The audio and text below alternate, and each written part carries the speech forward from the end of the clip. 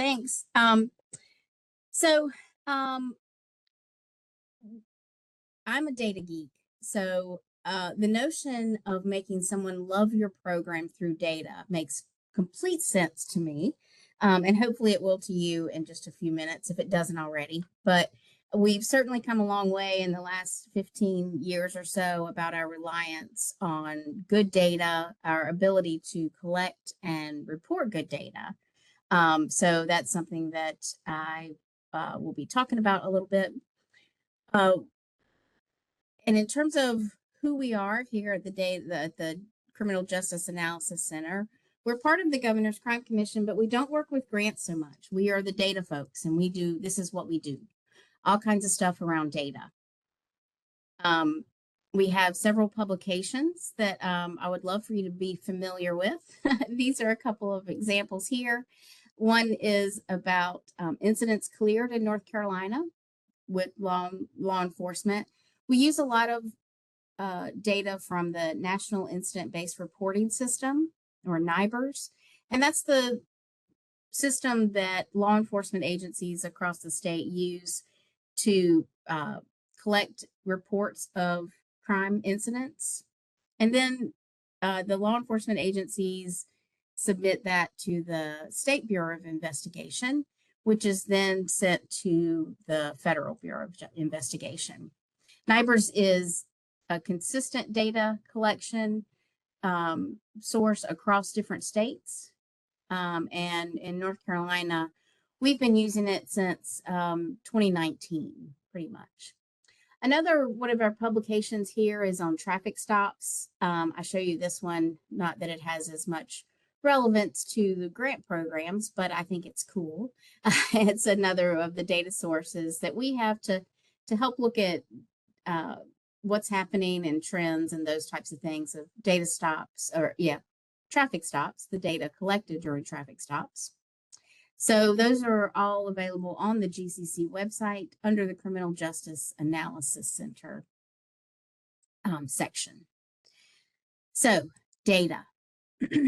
I like this quote, and you may have heard some variation of this when people say garbage in, garbage out when they're talking about data.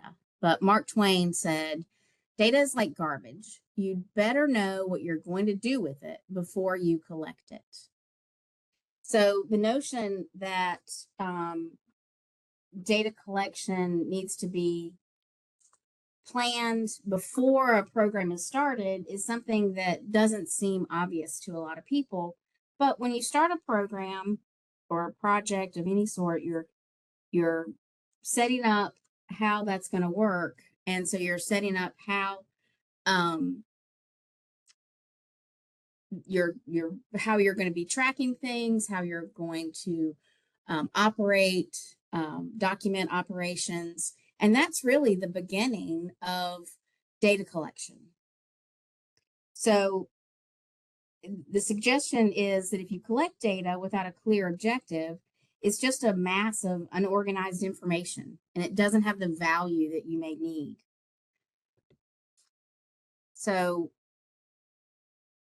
this is particularly important when we're talking about the purposes or goals of programs. So if you're working on a logic model, or certainly in your grant applications, you would be defining the purpose and the goals of the program. Goals, I'm sure all of you have heard about SMART goals. They need to be specific. Each goal needs to be specific, measurable, achievable, relevant, and time-based. So when we talk about when you start planning ways to measure your goals, it has to be at the very beginning. Specific goals are, there was a graphic that I've used previously that talks about, it's a guy who's going to start a program to feed children during the summer when there's no school, lunch program.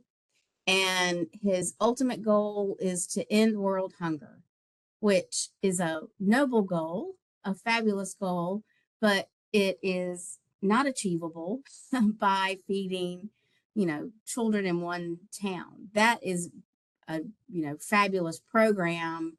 Could have some great goals to end hunger in a community or decrease hunger, but we need to make sure that when we state our goals, that it's something that we can have some effect on. In the criminal justice area, oftentimes programs will say that they want to reduce recidivism, which is, once again, obviously a great goal and oftentimes a byproduct, but very difficult to measure on a small basis of like one program, one area. So that's just another example. So goals and purposes, the objectives are the activities that are performed to achieve the goal. You're familiar with these terms with the inputs, activities, outputs, and outcomes. Those are the measurable data points that you can define to be able to have performance measures for your program. Okay, and when we talk about performance measures, the very first part of that is to define what these things mean. In sociology, my background, we call it operationalization, which is a long word that just means if I say something like this, the word customer, it may have different meanings to different people. So on this graphic, you see that the first guy is like, that's anybody that buys our stuff. And then the next one, it's like, it's an entity we have a valid contract with, or it's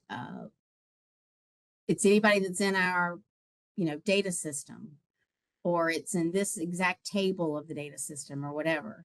And as you also see, these different ways of defining things have different numbers associated with them for the very same entity. So defining services so that they can be counted and clearly understood when you talk about the services that you have. So those activities or outputs, to make sure that you're measuring what you're actually trying to measure. So that leads me to sort of a general idea about data. So data quality has lots of different aspects to it. The one that I was just talking about, validity, defining your variables or your concepts is part of validity. But it also gets into accuracy, because if I'm thinking, like in that customer example, I'm thinking it's anyone that's in a database versus it's someone who bought something. It's not accurate. The numbers aren't going to be accurate because we're not talking about the same thing, sort of apples to oranges kind of a situation. So there's validity, that's how we define things, accuracy, which the definition starts with, but it's also when things are documented, the sooner that you have documentation of numbers and operations of things, the more accurate they're going to be. The more, and also then there's consistency. If there are 4 people doing data entry into a database that have a different idea of how they're going to count things or document things, then you're going to have some problem with the data. Not that any of them are necessarily wrong, but there needs to be a conversation. There need to be guidelines. There need to be standards for defining and how data is entered or information is entered, because then it becomes data. Integrity, timeliness,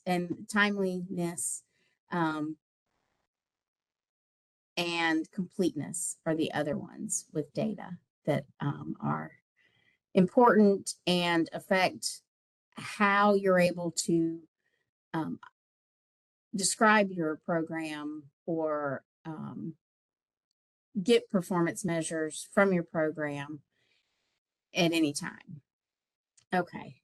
Sorry, I'm a bit rattled because I don't think I've resolved the issue with the the data portal. Sorry. So when I was looking around for different examples about data and data accuracy, I found an interesting little tidbit about Popeye. Um, and one article I read, so this is another thing. So accuracy matters. It matters in how we, count things, but also how we present them. So back in the late 1800s, apparently there was some research done on the amount of iron in spinach, Popeye's magic food. So the scientist that was researching iron in spinach made an error with a decimal point. So he initially reported that there were 35 milligrams of iron in X quantity of spinach. Well, it actually was several years later, early 1900s, when it was discovered it wasn't. He missed a decimal point. It was 3.5 milligrams of iron. However, the impact of, oh, wow, spinach is really good for you, it's full of iron, that notion had already started and was part of the inspiration for the Popeye and spinach phenomenon that I know I remember. I'm old, so Popeye was around a lot when I was young. But so one little thing, like just one decimal point, can change a lot. I mean, a whole cartoon was developed based on that error. So anyway, I just thought that was kind of interesting. And since it's late in the day, maybe the colorful picture would be of interest if nothing else. Okay, so as I mentioned, having a little sorry, technical difficulty, but I have a little workaround. So let me change screen views real quick. And I want to tell you about our Justice Data Portal. So this was created in 2022. Get that out of the way. And here it is. So we, in March of 2022, we launched the Justice Data Portal. And just last, let's see, I'm trying to think, was it January, February? I think it was in February. We released a revamped version. So this is created here at the Justice Analysis Center. And we have two different types of data. I've mentioned to you the crime data, which is the NIBRS report, and then traffic data. This is the landing page. So we have reports that are statewide by county. And then on the map side, we just have a few facts, or we call them tidbits. And these do change, they rotate, different things come up. And normally when you click this line, we'll see what happens. Normally you get lovely graphs, and not right now. So sorry about that. Let me go back to my other screen. I have a little workaround. So the Justice Data Portal can be used to get data by county that can help with the planning and work for programs to address different crimes. And they do vary a bit by the different counties. Normally, I would be able to click on different counties and you would see that, how different the top 10 crimes here are in different counties. I don't know if you heard me yell down the hall when I didn't mute myself. I have staff working on what the problem is. We work with SAS here in Cary, or down in Cary, statistical analysis software on this project. So we're working to see why it's not not operational at the moment. But so this is the type of information you can get. I had some screenshots from a different presentation that I was able to put in here for now. This is just an example of Pender County. A couple of things I want to point out about the Justice Data Portal and that you need to be mindful of when you're looking at this data, and hopefully you will, because you can look to see what types of crimes have been reported in your specific county.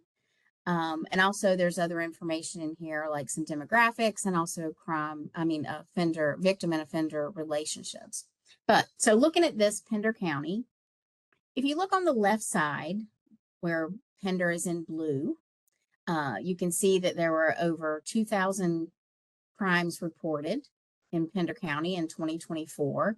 We do have data going back to 2019, and we have each of the counties, which you can select there on the top, the little squares that have the year, and then Pender County in this one.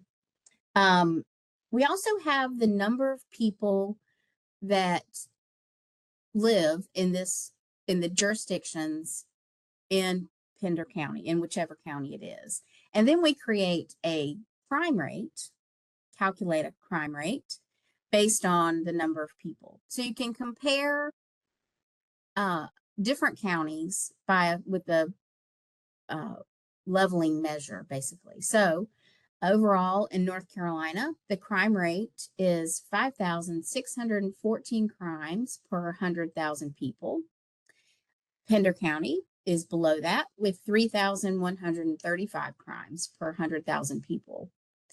And then the next cell below that is one that I want to emphasize the importance of. So in Pender County, 99% of the population is covered by reporting agencies. Law enforcement agencies in North Carolina are not required to report NIBRS data or crime report data to the SBI, but most of them do. So you see in the North Carolina side of this table, 95% of the North Carolina population is covered by law enforcement agencies that report data. So their jurisdictional population, 95% of the state is in a jurisdictional population of a law enforcement agency that reports data. So we feel very confident that the estimates that you're going to have for high reporting counties is accurate. The reason I point this out is we have a few counties, it's less than 10 of our 100 counties in the state, that have low reporting numbers, so low population coverage. There is one county that is only 35% of their population is covered by reporting agencies. So that's not very useful when you're trying to use this tool to get any kind of estimates of the crime situation in that county. There is no other, and I say this tool, if agencies report to the state, we get the data. So it isn't that we're not getting it, it's that they're just not reporting. So in that one county that I mentioned, it's the sheriff's office that doesn't report. So that's all I'm going to say about that. But please be mindful when you're looking at your county to check out the population coverage to make sure it's above 80%. That's sort of our threshold. So anyway, moving on, you can see here the graph below, the tables, reported crime count, and these are numbers, and it compares the county that you've selected to the statewide numbers. So you can see overall, Person County, and maybe Pender County has a little higher percentage of crimes against persons than the state as a whole. Whereas the state has 59% of the overall crime reports, 59% were for property crimes, and it's 55% in Pender County. And then on the other graphic that we can see here, it lists the top 10 crimes for this county. Again, I apologize that the system is down because it really does vary quite a bit. When you look at different counties, the crimes that are being reported vary. There's a bit of variance. However, simple assault is certainly among the top for most counties in this, in the top 10. So another thing that I mentioned that is available in the Justice Data Portal is information about the demographics of victims and offenders, actually. And I selected a different county for this one. It says Buncombe County. And I mentioned this because there's certainly a good bit of variance in this as well. This could be very important for program consideration, the higher youth, the higher concentration of youth victims or older victims. It does vary a good bit by the county, also by male and female, which is down below in the different age groups.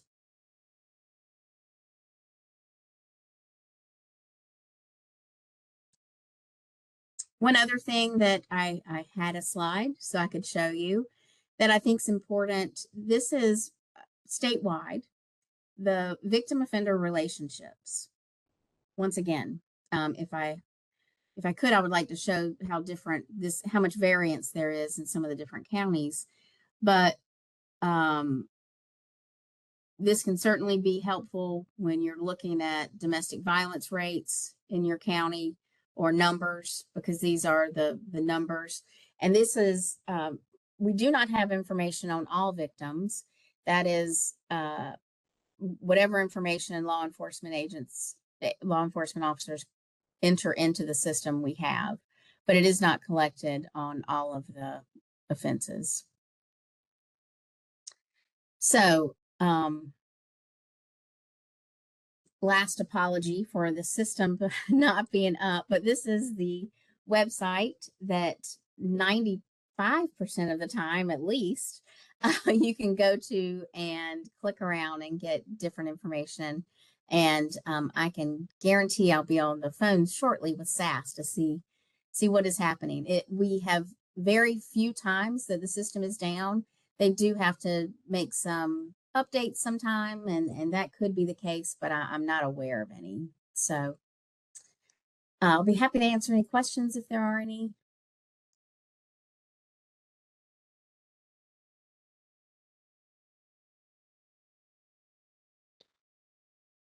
I don't see any questions in regards other than is juvenile crime data included in anything in the Justice Data Portal? Yes, in that we have offender demographic information, and you can look at the similar age groups that I showed you for the victim demographics. That it is available for the offender, and those are reported characteristics or demographics of offenders by the victims. So mostly we use that or look at that with violent crimes or crimes against a person. And so you can see that for your county and statewide. Oh, you got questions coming in now, Michelle. Why do some counties choose not to report their data? Yeah, I saw that one come up. Brian, that's a great question, and one that I do not know the answer to. But I ask, and it's different reasons. Some of them, when NIBRS began, there were some technical complications in some areas, but that isn't the case anymore. So I honestly don't really know. And the second part that people usually ask about that very thing is there a way to advocate for more data? And that's something that I do. I was just at a meeting last week of law enforcement leaders and mentioned this. And until we created the Justice Data Portal, this really wasn't reported. It had never been, you've never had county numbers reported like this before, and some of them weren't even aware. So I think that in some cases, at least, the some of the leadership didn't report because they didn't see the utility of other people, but using it because they use it themselves for planning and understanding what's happening in their area.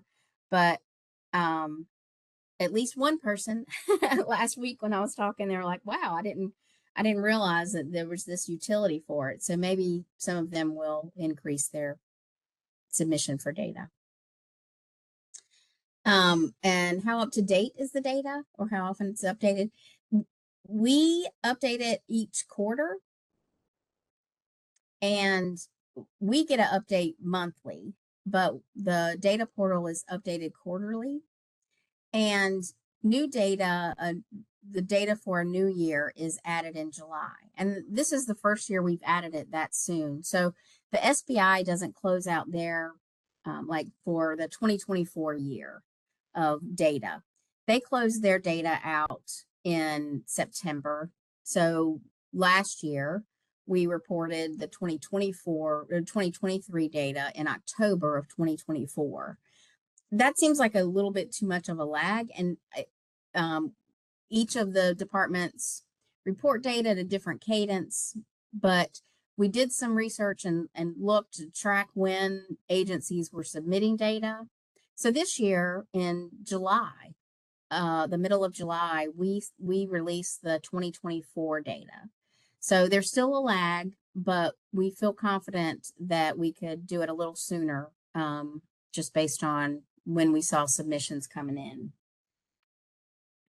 Thanks, Sandy, for putting that link up there. Appreciate that. Any other questions? Well, thanks, Jason. Nice job. Thank you, Michelle. One last thing I wanted to share with everybody, and we started off in the very beginning sharing this. This is something that our executive director, Caroline, shared with everybody. Just wanted to, for those that may have joined a little bit late,